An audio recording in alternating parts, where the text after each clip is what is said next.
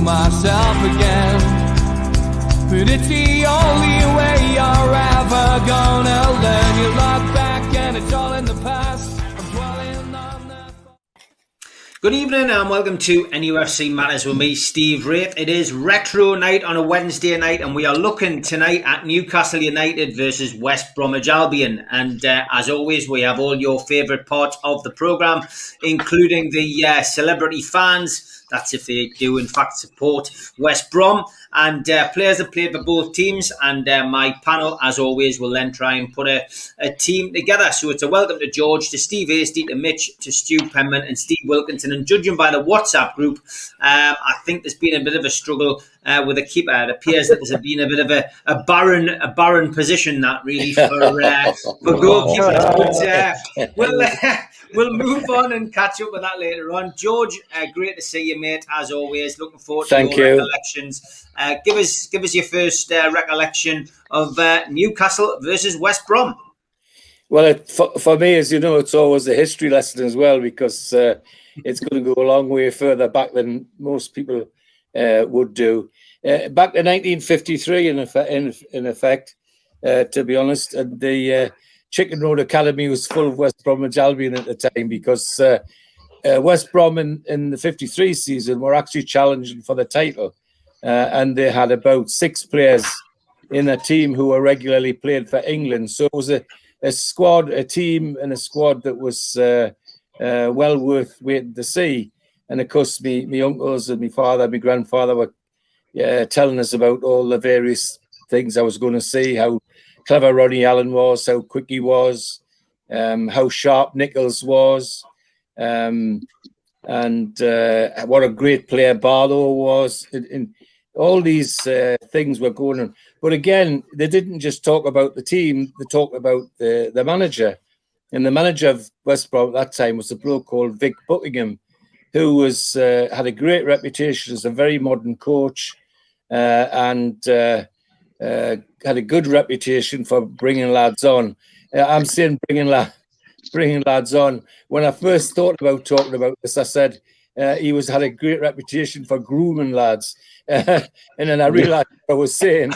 Can't say that these days. No, I just turned a perfectly respectable man into something terrible. But he did have that reputation. Although this team that I went to see with the family in 1953 was good, there were others in the background who were to come on in years to come. People like Derek Kevin, a huge blonde lad with a very delicate touch, even though he was a really big lad. And Morissetta's another midfielder who tackled like a tiger, but again went into the England team eventually. So the game I went to see was Wednesday, the 16th of September, 1953, and 57,835 at the game. So that tells you what the tune thought about them coming. And because we're expecting a tough game, and I was half expecting that, from the beginning we might find this game pretty tough. But as luck would have it, it turned on its head. The first 20 minutes we were 3-0 up, and that wasn't in the script at all. 2 corkers from Bobby Mitchell, a header from the edge of the penalty area from Vic Keeble, and we were 3-0 up. And it looked like we were going to coast the game. And then just before half-time, the lad Jimmy Nichols, sailed through our defence, just walked through our defence and slotted a goal home. And it just gave you a foretaste of what was coming after half-time.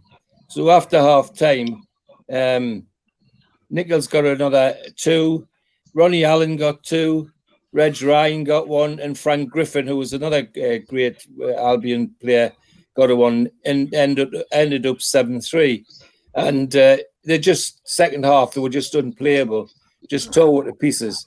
And yes, people, the family, the lads were all upset that we got beat, but they still were happy that they'd seen some really entertaining, good football from both sides, even though we were on the losing side. And our team that day was virtually a cup final team. It was Simpson, Cowell, McMichael, Schooler, Brennan, Crowe, Jackie Milburn, Reg Davis, little Welsh midfielder who was great, clever on the ball. Vic Keeble, George Hanna, another clever ball player, and Bobby Mitchell. And of course, Seymour was our manager. In the West Brom team, of course, they had Heath in goal, Millard and Rickaby, who occasionally played fullback for England. And then Doug Dale, who was another occasional England player. Ray Barlow, who was a fantastic wing half. Now, Ray Barlow, in terms of accolades, my family used to sing his praises all the time about what a good footballer he was. But I've looking back at it, two of the nicest things I heard said about Ray Barlow was one from Bobby. Thanks, Steve. From Bobby Robson, that Ray Barlow was the best player he'd ever played with. Now, that's something from somebody like Bobby Robson. And then when you look at what Bobby Moore said, that he modelled his game on the way Ray Barlow played. And I think they're two huge accolades. That's the one with another one of the cigarette cards. One with a proper autograph on it, not a forged one from one of my uncles. It's the cards that were in the Sweetie packets, the Sweetie cigarettes, and of which I'm sure I've got that set up in the loft, complete set up in the loft. Can we go back to Ronny Allen? I think I sent you a couple of things, pictures of Ronny Allen as well, Steve. Not just a clever footballer, but a clever man. He, towards the end of his career, went into management in Spain, and then he went to South America. And it wasn't long before he was actually speaking the language. He was speaking Spanish. He was speaking Italian. He was speaking French. Clever man. And this is a fantastic picture, which I love. It's Ronny Allen scoring in the FA Cup final of that year against Preston North End. And you can see what his own goalkeeper was doing. He wasn't looking at the penalty. He's looking the wrong way, which I'm sure we've seen that happen 9 times. But there was Ronny Allen slotting the ball in at Wembley. Looks like he's fixing the net, actually, George. It does, but I'm sure that's just to get him out of having to watch. I don't think he had the bottle to watch. And that season actually is quite an interesting one. West Brom didn't win the title. Arsenal won the title, and West Brom were 4th. Preston North End, great Preston North End, was 2nd in the title. 2nd, Preston North End, for God's sake. And only 2nd on goal difference, by the way. They actually were the same points as Arsenal. And West Brom finished 4th. And of course, West Brom won the FA Cup as well.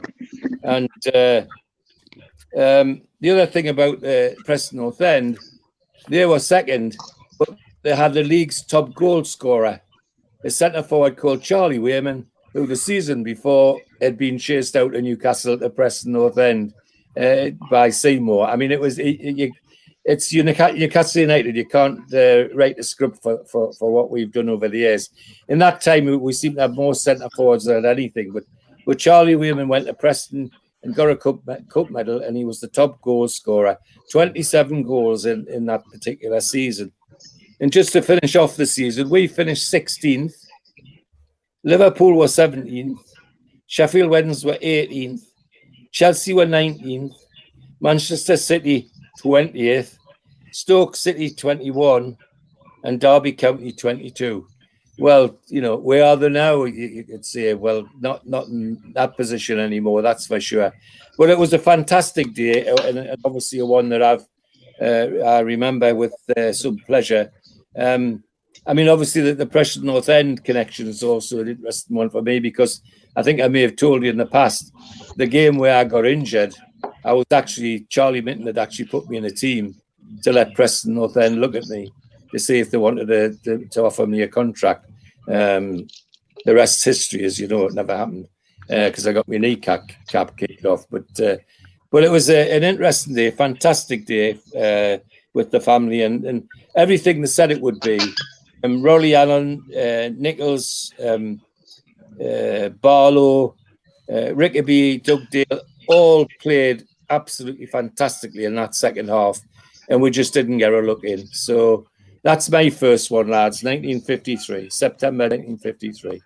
Great stuff, George. Thank you. Steve Hasty. Yeah, right. Well, I'm going to move on a couple of decades. I'm taking you to September 1977 for this one. Just to paint the picture, we started the season with a great 3-2 win over Leeds at home. We'd finished 7th in the league. We're in Europe.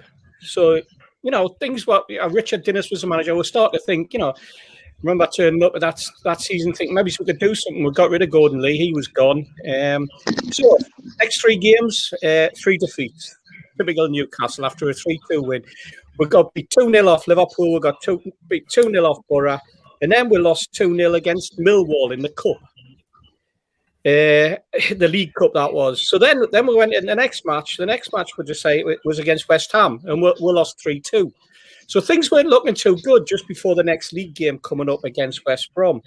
So Newcastle being Newcastle, for some reason, because we had a European game coming up, they must have thought maybe it was the board, maybe it was the manager, I don't know, but they thought, you know what, we need some European experience. So we went up in midweek and we played Hibs.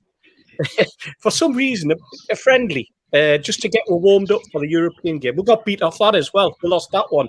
So we turns up against West Brom, and we're sitting rock bottom of the league, 22nd place. So there we are. We turns up 8 minutes, 1-0 down. Goal by Cyril Regis. 16 minutes, we're 2-0 down. Laurie Cunningham. Cyril Regis, incidentally, was found by Ronny Allen, who George has just mentioned. And Ronny Allen was the manager who started as the manager of West Bromwich Albion that season. He'd taken over from Johnny Giles, who was the manager, who had left after a falling out with the board. So we're playing a club who, they've fallen out. This manager fallen out with the board. We've got all sorts going on with our football club. Then 79th minute, we'll go 3-0 down. A certain Brian Robson, ignominy of ignominies. He's from Chesley Street. So there we are. We're absolutely shocking. 3-0 down. An absolutely nothing game. The typical Newcastle. We'd lost. We could see a pattern coming in. We'd lost. We then played a cup match. We'd lost. We had a friendly game. We'd lost. Then we'll go and play West Brom and we'll lose. So by this point, you know what's coming. We then went to Bohemians later on in the following week, and we drew 0-0, what became known as the Battle of Bohemians. But the rot had obviously set in at that particular point. Just to give you an idea, I mean, everybody, those who can't remember, by November we'd lost. We'd got through the next round of the UEFA Cup. We then lost against Bastia. I think it was 5-2 in aggregate. We got done at home. And Dennis was gone. That was it. But what happened then, because of those fixtures, was the player revolt that we all heard of. The players threatened to go on strike. And this was all, after watching us play so badly. We then had the players telling us that the manager was great and they didn't want rid of him. And Bill McGarry took over. And McGarry, being the strong man that he was, he decided, you know what? The 3 most experienced players in this team are the ones who are causing all the bother. So we had Gowland, we had Jeff Milty, and we had Tommy Craig. And the week that he got the job, he announced that those players would never play for Newcastle again. We roll on through the season. We finished 21st. We got relegated. And on our last home game of the season, we played Norwich in front of less than 8,000 people, because by this point the fans were sick. I had a look at some of the attendances, and when you get to Christmas, we did have fans turning up in their thousands and thousands. We played Nottingham Forest in front of 41,000. We played Liverpool in front of 36,000. We played Borough in front of 34, and then the rot set in, and you just watch the fixtures just tail off and tail off and tail off. That season, we never got above 20th in the league, and we finished 21st. But the thing I always remember about West Brom was that that they were playing at the time some really, really attractive football. The two players who scored against this was Cyril Regis' first season in the First Division. And he went on to have quite an illustrious career. He was a wonderful goal scorer and a really decent bloke. Laurie Cunningham, he was the first black player to play for England.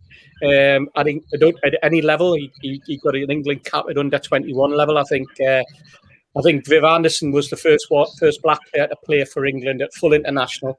But Laurie Cunningham actually went and played for Real Madrid.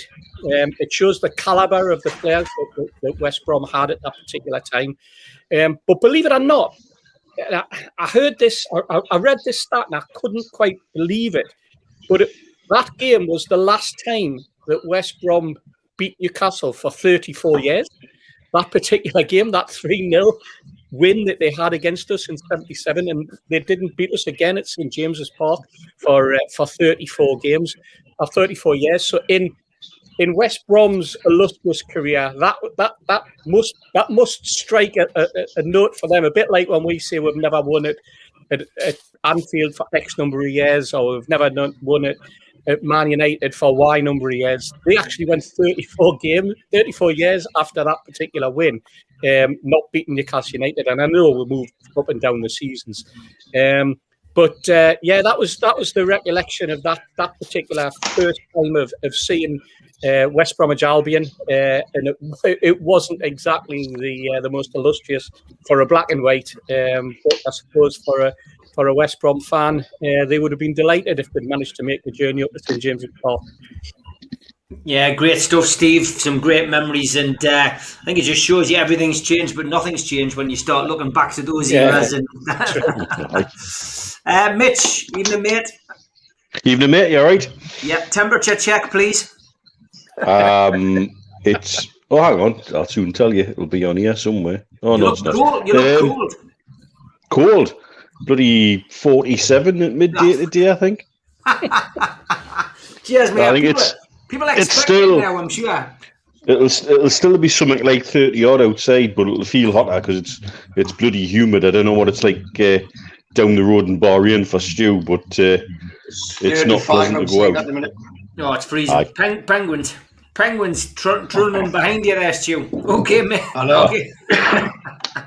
Mitch, go for it, mate. I'm going to take it to the Houghton era in the Championship after we'd got relegated in August 2009.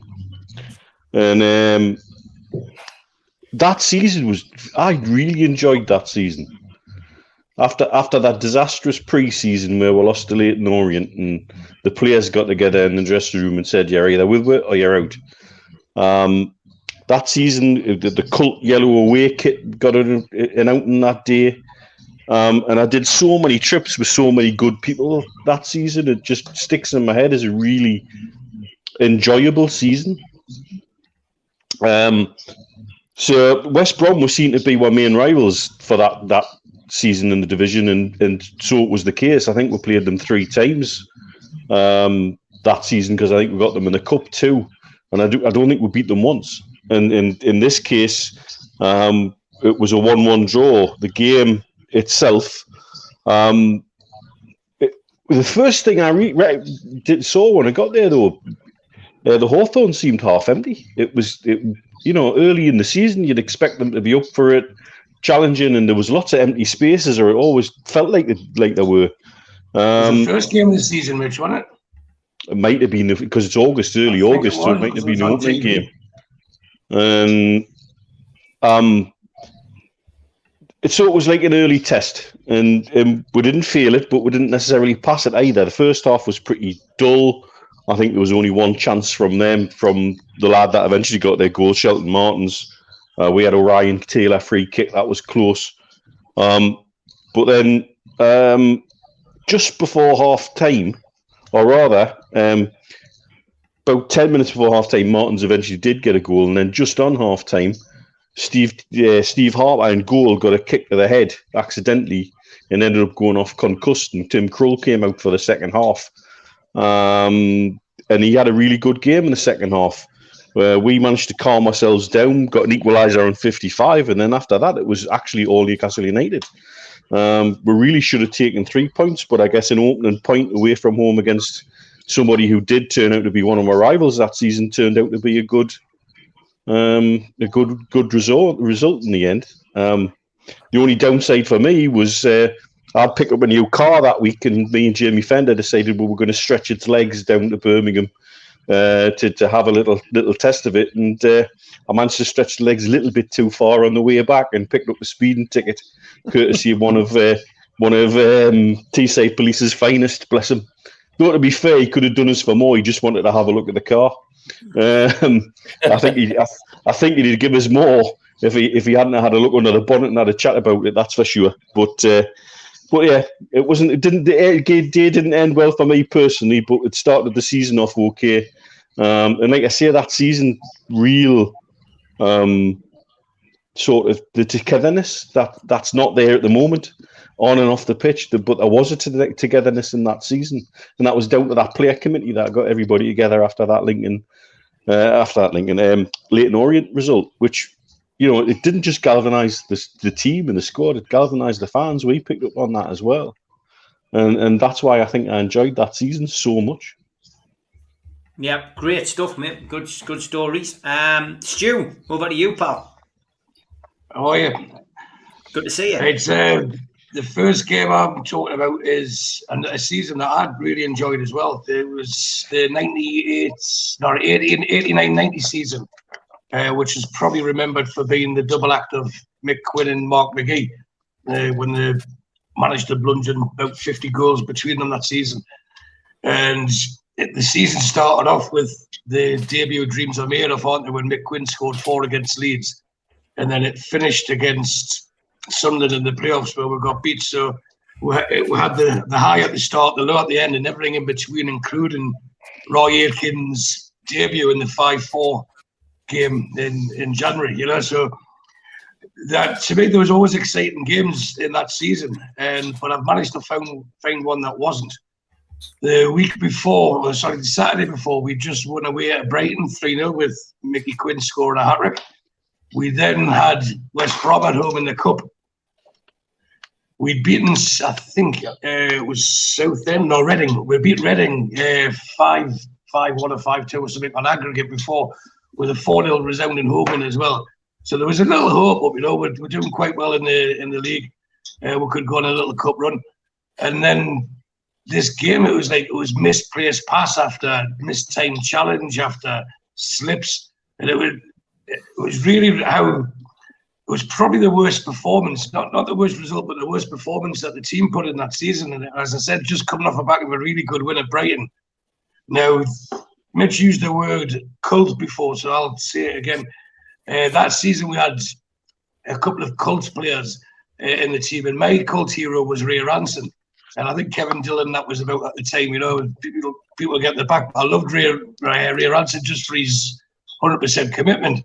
And in this game, the ball, I remember I was at the game with little Danny, who's now 6'4", but I was at the game with little Danny, and he liked Kevin Dillon, I like Ray Ranson. And the balls come over, and for some reason Ray Ranson was in the centre half space, and he made a great block challenge. And I was like, see, that was Ray Ranson. And then he poked it straight into the front of their forward, who rifled the ball at the net, and then we'll go 1-0 down. I'm trying to think the person, it was Chris White. I got it written down there. Chris White was the fellow who scored. So in typical Newcastle fashion, we go from 3-0 away to Brighton. We lose pathetically at home West Brom in the Cup. 6 days later, we play West Brom away again, and we win 5-1 with the Wayne Faraday inspired.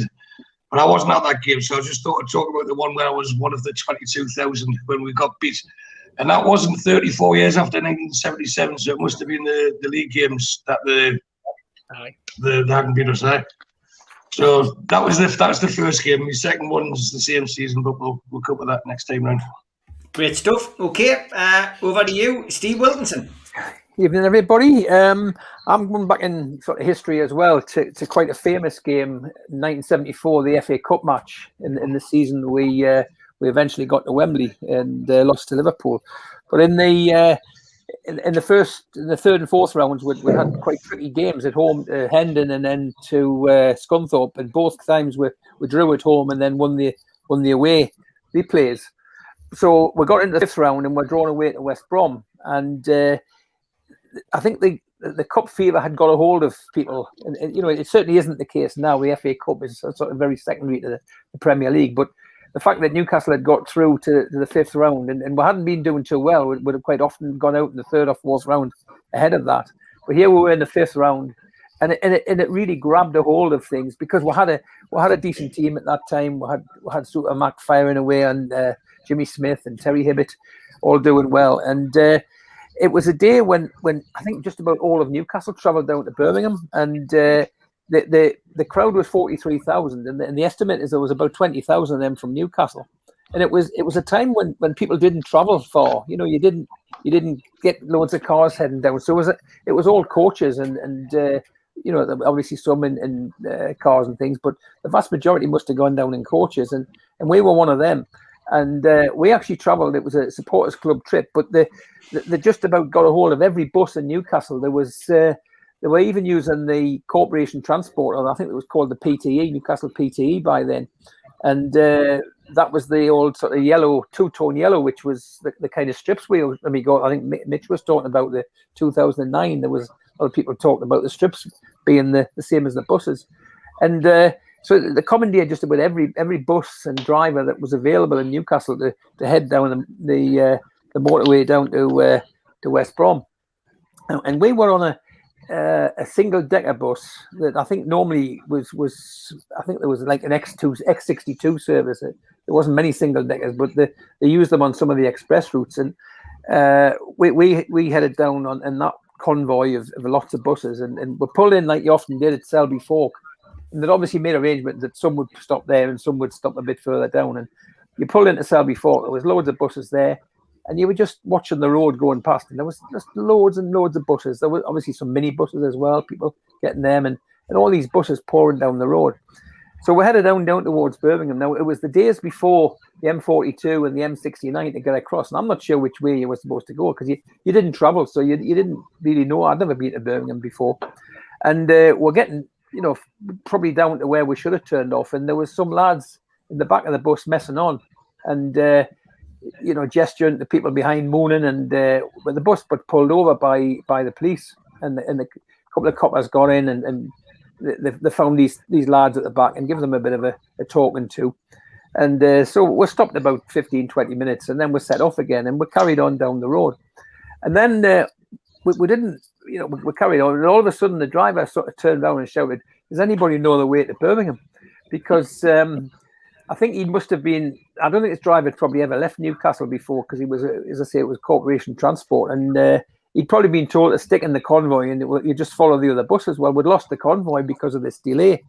So we just carried on keeping going, and then all of a sudden somebody looked back over and spotted that further down where the M6 intersects with the M1 about Northampton, somebody spotted the sign backwards was to Birmingham. So we started heading. We had to go around to the next junction and turn and go back up the M6 to Birmingham. So we're quite fortunate. We got there about 2:00. We didn't miss anything of the game, but we're a little bit late in getting to the ground. But we only get in, and it was we'd lost a lot of time through this delay.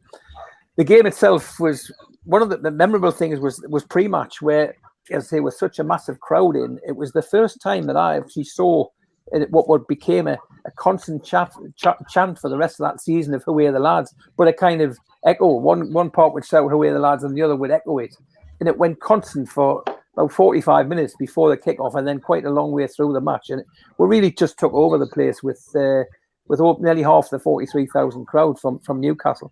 And to match that, the lads put on a fantastic performance, wearing the yellow and blue with green collar Brazil style away strip.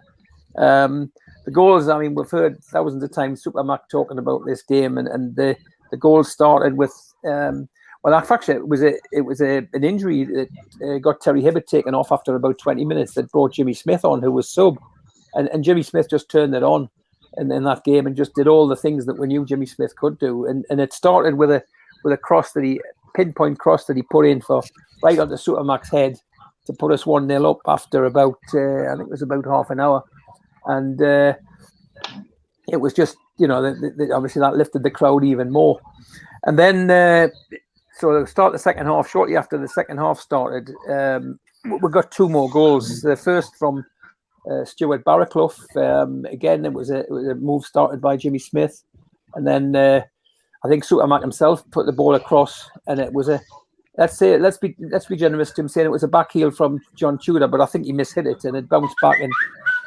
Stuart Barraclough came in and hammered into the net, and about 5 minutes later returned the compliment by a lob ball by Frank Clark. Barraclough put a beautiful chip cross into the box, and John Tudor just ran in unmarked and headed into the net. So that was 3-0, and the game went on, and we've just played a fantastic performance, and put us into the Notts Forest to play Notts Forest in the 6th round, which we've talked about in the past, the history of that game. So we started heading back to Newcastle and all this convoy of buses again, and we're heading. I think we're probably stopped on the way up, because it was about 4 hours in those days. So we're probably stopped somewhere. I can't remember where. And then we're coming up the last part of the A1. It wasn't motorway at the time, just towards round about the 177 turn off Peter Lee Road, and the bus ran out of petrol. This driver who'd never been out of Byker or where he was normally driving, one of his other jobs that he didn't have to do was fill it with petrol. So this extra 60 odd miles that we'd done, losing the way to Birmingham, meant that we'd run out of petrol. So we had to pull into the side. I guess no mobile phones, remember? So somebody had to go and find a phone box and phone the depot to get somebody to come down. They couldn't bring another bus because every bus was already on the journey.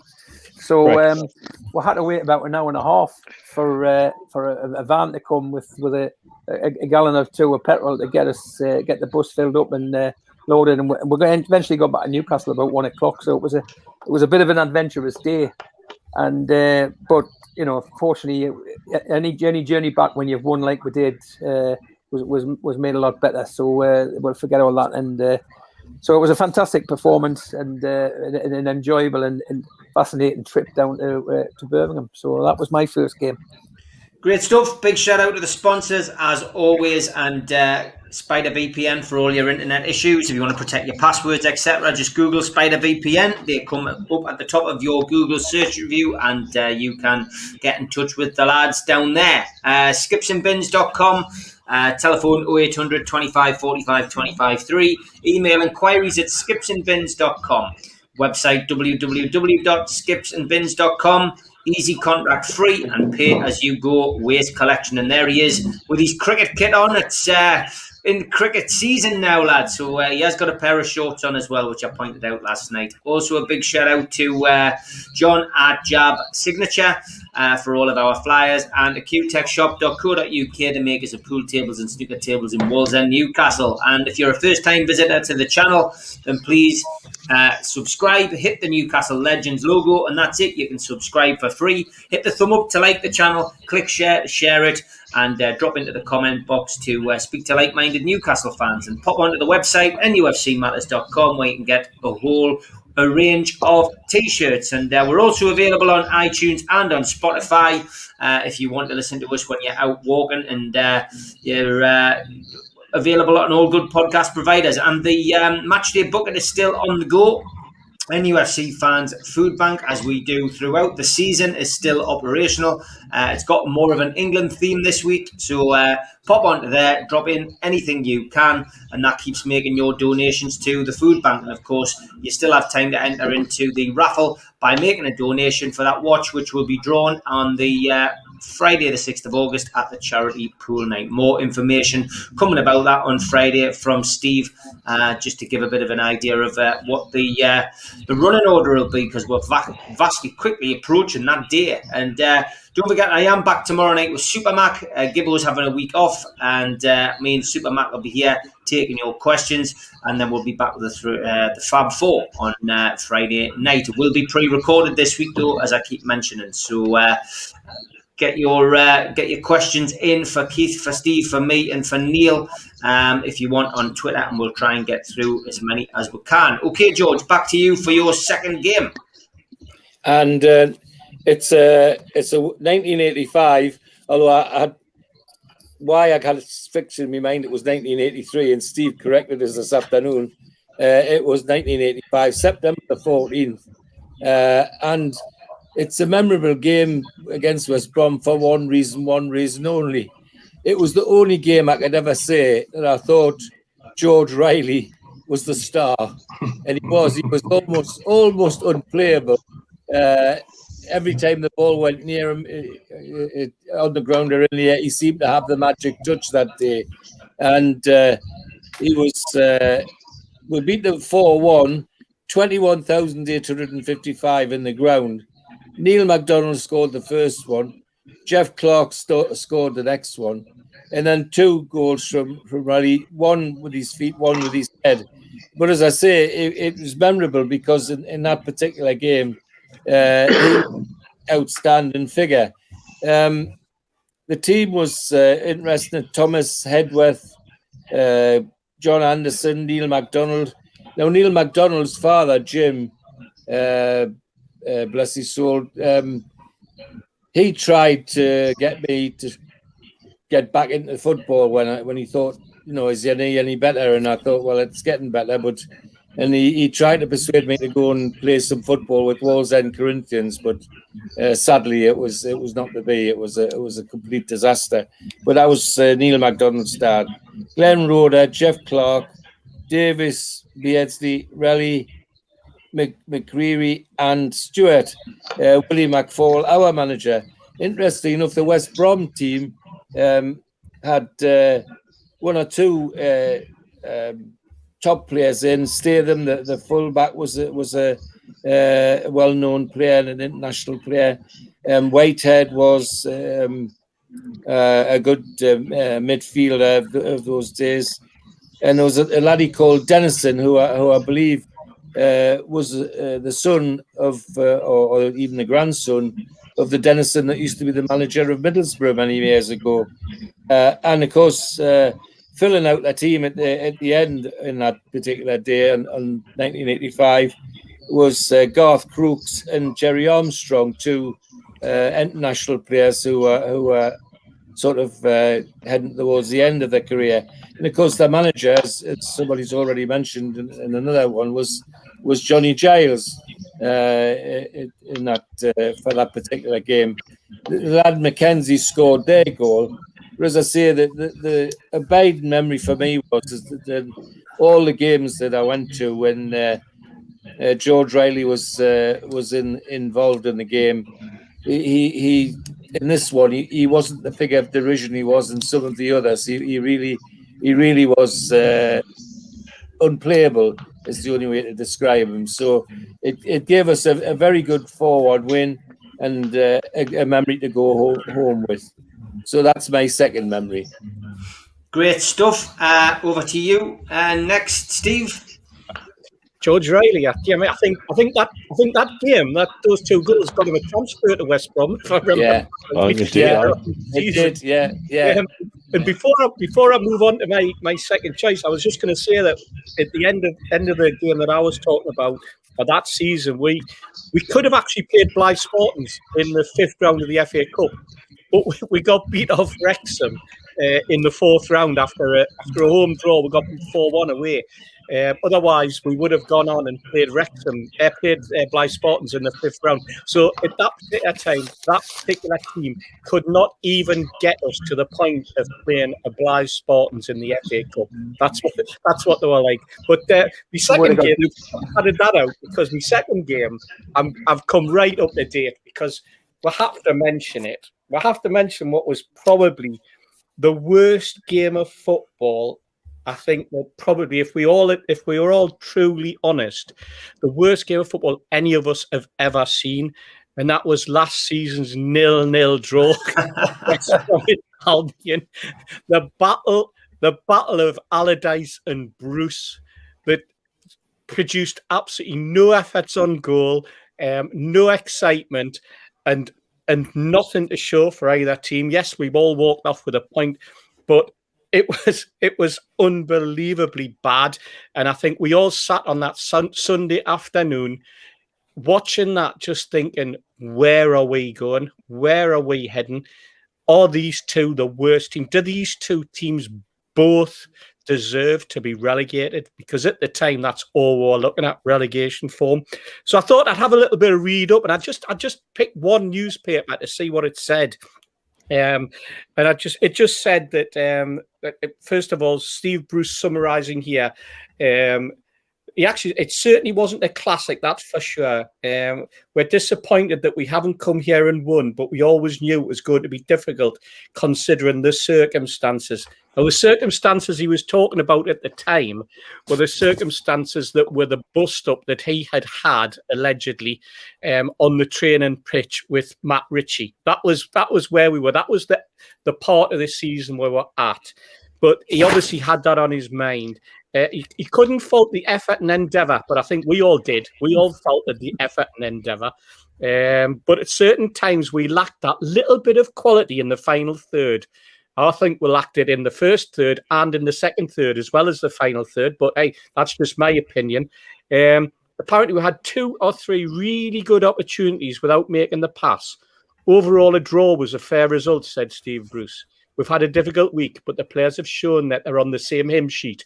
We're getting all the cliches coming out here from Bruce, by the way. It's not about performances. We have to find a way. So that was it. That was the worst. What it was actually summed up, the guy who wrote that article for this particular newspaper summed it up by saying, in summarising Steve Bruce here, the game was rubbish and his players worked hard, but were also rubbish. And I thought, what an excellent summing up. When he then went on to talk about Newcastle were constrained to half chances by a mean West Brom defence that had kept 3 successive clean sheets. Shelvey appeared subdued and was too often bypassed in midfield, but did send a shot at Johnson from a short corner via Phillips's knee, and the West Brom keeper later repelled a billowing strike from Willock. Dwight Gale arrived in the 57th minute, but was starved of service. And then we had the ignominy of ignominies, where Andy Carroll replaced Fraser with seconds to play. I think it was about 30 seconds, wasn't it? But at least Newcastle came away unscathed. It was important we didn't lose here, said Bruce. We'll take a point and move on to next week. I think that just about summed up the entire season under Steve Bruce. I know we finished 12th by God knows how, but that, considering the quality of the games that we've talked about, considering the players that were, that have been mentioned so far in games against West Bromwich Albion, and that's where we were just last season. 2 absolutely shocking teams playing under 2 absolutely abysmal managers. One of which was our current manager, and the other one had been a manager of Newcastle United. And God, when you think about it, it just beggars belief. I was going to read out the team, but I thought, you know what?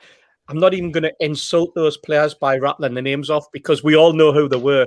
We all know what the formation was, and we all know the players who, by this particular point of the season, didn't have their heads down. The heads were actually on the ground, So that was that game, 0-0, a wonderful 0-0 draw. And you can tell it nagged us, and it still nags us, guys.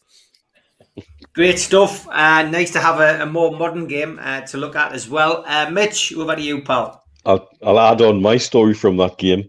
I got out to work a little bit early, walked up to the Rammy Rose where Goodfellas is, which Stu knows well, obviously. And that was the week that stopped paying their be-in subscription because they're tight. It's the tightest hotel in the world.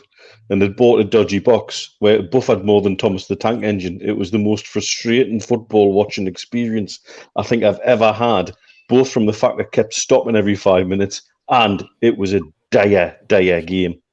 Did they just have cameras on Shelby, is that what it was? It just kept stopping. It was just awful, mate. Oh, God. Anyway, I'm going to take it to 0506. I think Keith Rose already mentioned this game in the chat, because I wanted to bring up Michael Owen and all the what-ifs. What if he could have been asked? What if he actually could have been bothered? Because games like this one, he had them. he was instrumental in stuffing West Ham. I think that was the last front page of the Pink, wasn't it? Was a hat-trick against West Ham.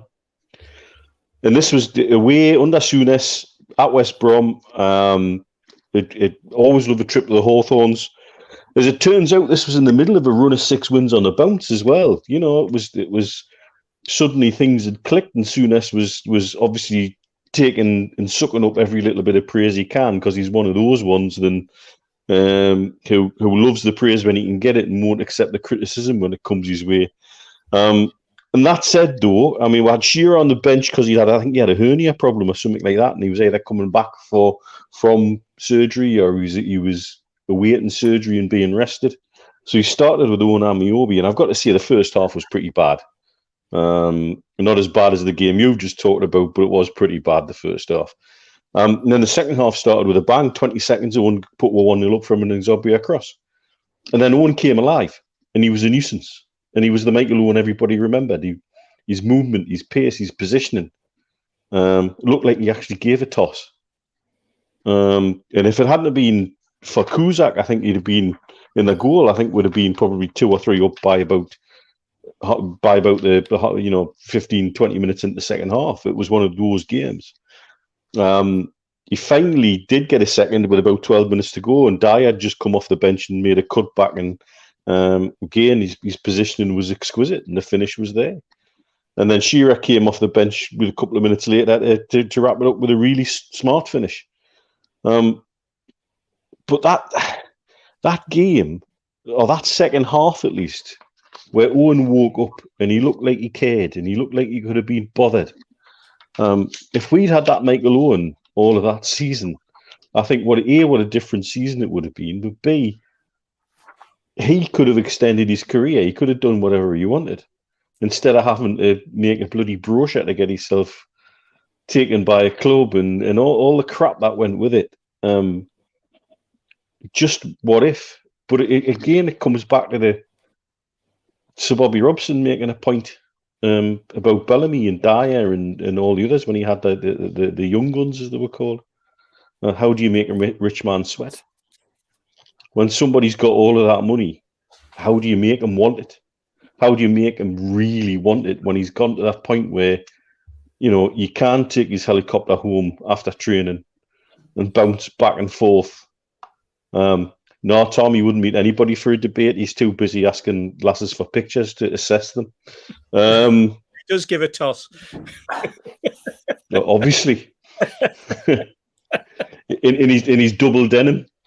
Sad bastard. Anyway, you imagine somebody coming into Newcastle United the way he was brought in from Real Madrid, welcomed by a stand full of people, 10,000 at the Leazes end, and the excitement that goes with it, and that can't inspire you, that can't get you up for it. That baffles me, absolutely baffles me. I think if I'd been a professional footballer and I'd even signed for the Mackhams and they did something like for me, you'd have to be inspired by it. You'd have to be. And if you can't be, you might as well give up. And I think that was him all over. I think he'd already given up, which is a shame, because when he did put his mind into gear, when he did show in games, bearing in mind he helped beat the Mackhams as well.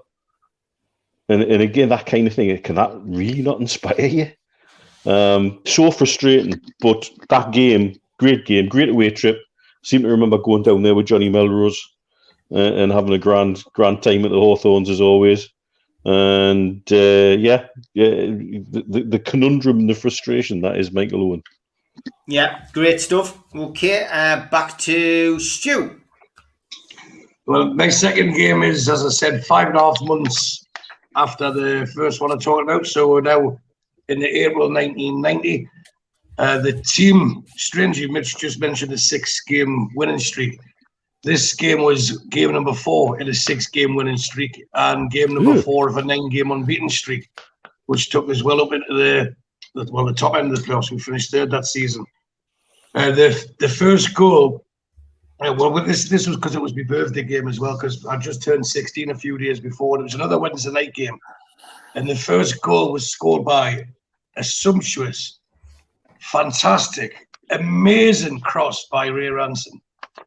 It wasn't, it was just because it was Ray Ranson and he was the cult hero. Crossed the ball, but it was thumped home, headed home by another cult hero, probably the original cult hero at Newcastle for people of my generation, for John Anderson. And he smacked the ball to the net. Instead of going celebrating, he just did what he does. He just brushed himself down, runs back, throws his hands up and runs back to the centre circle. Right, let's kick off again. He done his bits. So that put us 1-0 up. And before half-time, Mick Quinn had slid in at the back post to make us 2-0 up. Comfortable. The team had their confidence. They had a bit of a bounce to them, to be fair. You know, they were finished the season as top scorers in the league last year as well. So the game was just petering out. Lots of things going on. And then for the second week in a row, it's nothing personal against Neil MacDonald. I know George just mentioned his dad there. They inexplicably just give the ball. No, it was Kevin Scott. Sorry, Kevin Scott. Sorry, Mr. MacDonald. It was Kevin Scott. He was next to the dugouts and he just crashed the ball into the middle of the field, which was no Newcastle player, without exaggerating, within 25 yards of it. And two West Brom players run on. They get a corner from it. The game's finished. It's 90-odd minutes anyway. But it's nice they get a clean sheet because they defended really well all game. But from the corner, one of our favourite sons, or not so much favourite, I suppose, not exactly up with the David Speedys and Dennis Wise, etc., but or Gabbiadini's, but Don Goodman scored for West Brom right at the very end to make it 2-1. So like I say, we won the next two games after that, unbeaten. Well, I think we only drew 1 of 9 games. We won the other 8, and we all thought we were getting promoted that year, but we didn't. And that's me done, really, I suppose. That's how the game finished. Don Goodman scoring the late Constellation. Great season that, though. Despite the disappointment in the playoffs, great season. And you mentioned them earlier, but Mark McGee. I mean, that goal against Bradford at home, where he jinxed past about 5 or 6, maybe even 7 players. To make wasn't a great game to score against Bradford 1-0. What a game that! What a goal that was. That's that Brighton shirt I talked about, the pink one. That's the Brighton top, yeah. Tudor crisps as well at the background, like fantastic. Oh, fantastic!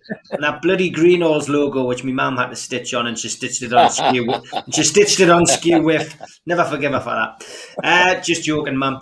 Steve, what are you then, mate? Well, my second game is the reverse game of the one Mitch talked about earlier in the show, January 2010. By this time, we'd established ourselves at the top of the championship with a fairly decent team, having put together by Chris Hughton after he'd taken over. And I'll just go through the team that started. Steve Harper was playing in goal. We had Danny Simpson at fullbacks with Steve Taylor, Colaccini, and Jose Enrique at left back. Danny Guthrie, Alan Smith, Kevin Nolan in midfield, and Renus Gutierrez, Peter Lovenkrantz, and Shola Amiobi up front.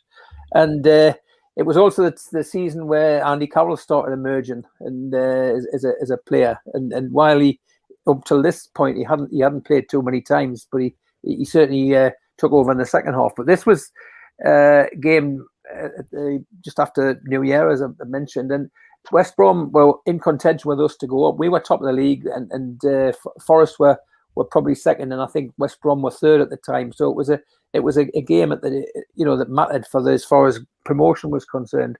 And West Brom got off to a good start. A mistake on the right full-back side, and a cross went in, and Olsen was standing unmarked in the middle of the box and just side-footed, and it glanced it in past Steve Harper. But we equalised with a free kick after about 25 minutes. There's nothing better than a free kick from 25 yards. It's one of those things you hate them going in because you think, well, why did we not get the wall right, or the keeper not get it right? But when you score them, there's nothing better than it. This was a one by Danny Guthrie. He put it over the wall, and Scott Carson, who was in goal for West Brom, didn't have a chance. And so we're going in at ones each at half time. But in the first minute of the second half, West Brom took the lead again. Another cross from the side, and Redknapp playing centre forward rose to head it, and it was a fantastic save by Steve Harper, a bit sort of Jimmy Montgomery Cup final. You know, he dived down and knocked it up, and it hit the crossbar, but unfortunately bounced straight back out, and Redknapp was standing about a yard out to head it in the empty net. So we went down to 2-1. And then I think it was the 54th minute was a significant goal for the game, because it was scored by Peter Lovenkrantz. And to put a bit of context around this situation, we played Plymouth in the replay of the cup in the Wednesday before this, and Peter Lovenkrantz had scored a hat-trick. And 2 days later, his father passed away suddenly, and it was contention whether he was going to play. But I think he decided he wanted to play for his dad, and it was fitting that Peter Lovenkrantz scored the equaliser goal in the 54th minute. Something he didn't do a lot of, header. There was a ball put in from the left, and it was just a glancing header, and I think it caught from about 10 yards on a bit of an angle, and I think it caught Scott Carson out. I think he wasn't expecting to be on target, and he tried to claw it out the net, but it had already crossed the line. So that was 2s each. It was a pretty blood and thunder game for two teams challenging at the top of the championship. So and we actually we should have lost it in the last minute when Miller, who'd come on as sub for Bender, hit the post when he probably was easier to score. So we managed to hang on, and that kept the 34-year run, because that 34-year run that was mentioned earlier on was still going on at that time. So we got a 2-2 draw, and really from then on we pressed on with the season. We actually played West Brom in the cup the week later, and West Brom won that. But apart from that defeat and I think one game against Derby, we remained unbeaten for the rest of the season and finished West Brom finished second. We were about 11 points above West Brom, and the two of us went up to the Premier League. So that was my second game, and it was also, as I say, it was a fitting game for Lovenkrantz to score, and the start of Andy Carroll coming on. He came on as sub near the end, and it was him with his goals. He finished with 17 goals, most of them from that second half of the season. From that point onwards, that helped to get us up that season. And then obviously the following year he went off to Liverpool. So that was my second game. So great stuff. Cheers, Steve. Excellent. Some great recollections as always. Right, we will go quickly on to the celebrity fan section. Don't think you'll have any problems with any of these, I've got to be perfectly honest. But here we go. Adrian Childs. Adrian Childs, yeah. Adrian Childs, yeah. Frank Skinner. Frank Skinner. To be honest as well, most of these people are actually fans of the club. Yeah. That's it, isn't it? Oh, no, there's more. Richie Woodall. Yeah. Oh, the Boxer, yeah. Ronnie Wood. Ronnie Wood.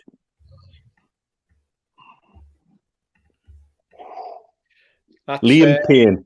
Yeah. Payne. Yeah.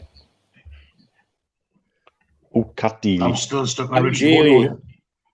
Cat Deely, yeah.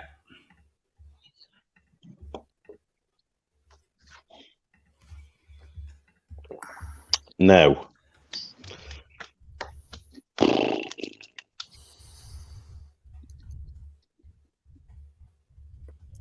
Oh, man.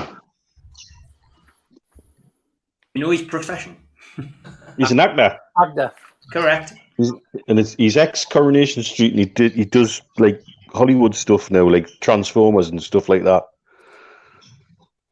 Ugh. Was he in The Sweeney? The film The Sweeney? No, he wasn't, mate. I should know because I was in that.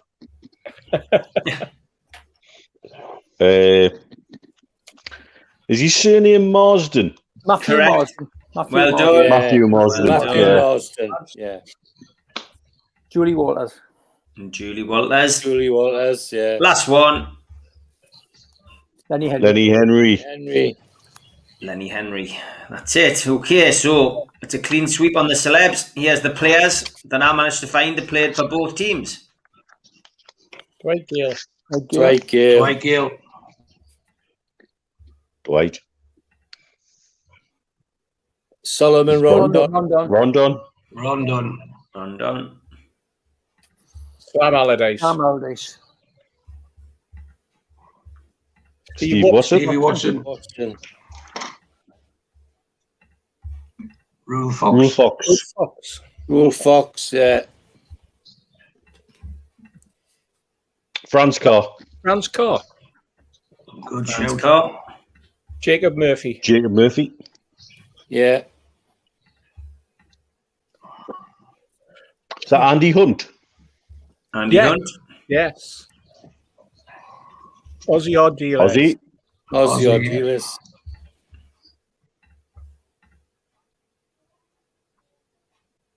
Whoa. Is that Wayne Faraday? It is. Now, well done, because we've used this photo. We used this photo before, so I tried to catch you out. But that is Wayne Faraday. Yeah. Clean sweep. Well done, lads. Done us like a kipper on both, but it was quite easy this week. So hopefully whoever we decide to do next week, it'll be a little bit harder. Okay. Steve Wilkinson, let's go to you for your 1 to 11 and your manager. Right. Now, I think we all struggled on goalkeepers, but the clue was at the beginning. And Paul Barron is the only connection I think anybody can find. He was Kate for West Brom and was goalkeeping coach at Newcastle. Defence, struggling to get a defence together. So I've got John Anderson, Steve Watson. I've actually put Mick Martin in the defence and also John Truitt. I think he played left back 1 or 2 times. So that was me back 4. Midfield, I've got Jacob Murphy, Rule Fox. When he was on with you, Steve, last week, he said he played central midfield at times. So I put him in the middle of the midfield. And Franz Carr on the other side. And then in front of them, David Mills, Imre Varadi and Dwight Gale. And for manager, Bobby Robson. Okay, great stuff. Mitch? Yep, goalkeeper Paul Barron again is the only goalkeeping connection kicking around. I went with a back 3 is Steve Watson, John Anderson, and I put Allardyce in the back 3. Then my midfield on the right, I've got Wayne Faraday, and on the left, Franz Carr. And then in the centre, John Truitt and Mick Martins. And then again, inspired by Rule Fox's own comments, I put Rule in advance of those playing off of Solomon Rondon and Imre Varadi. Brilliant, good stuff. Bit of variety there. Okay, Stu. Right, well, Paul Barron and goal. Can you not pick a different keeper?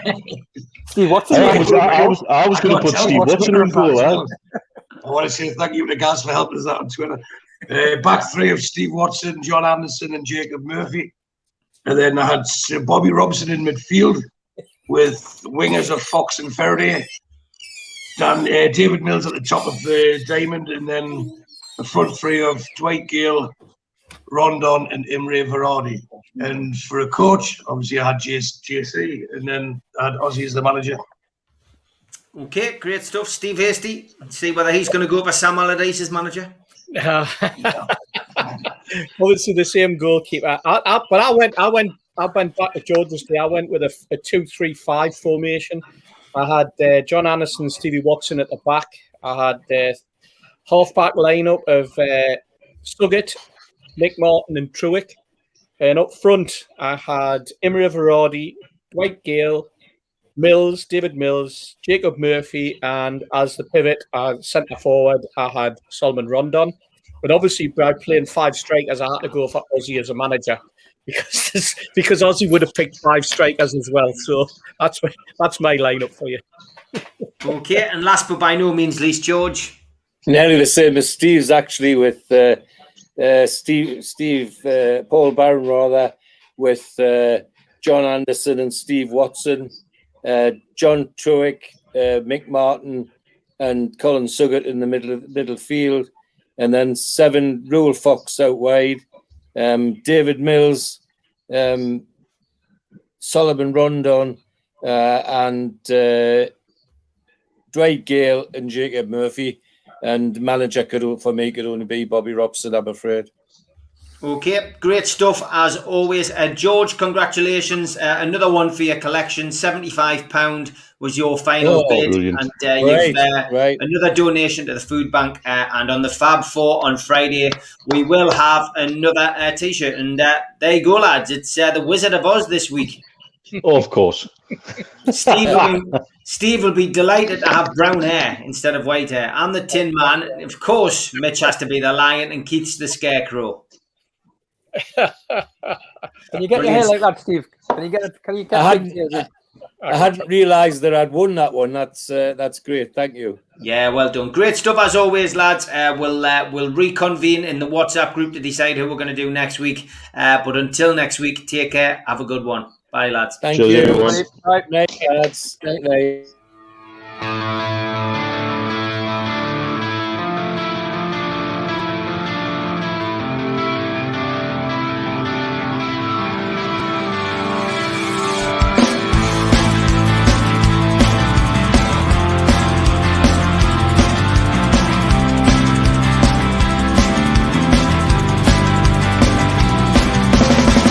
Head back with your critics attack. It feels like I've been talking to myself again.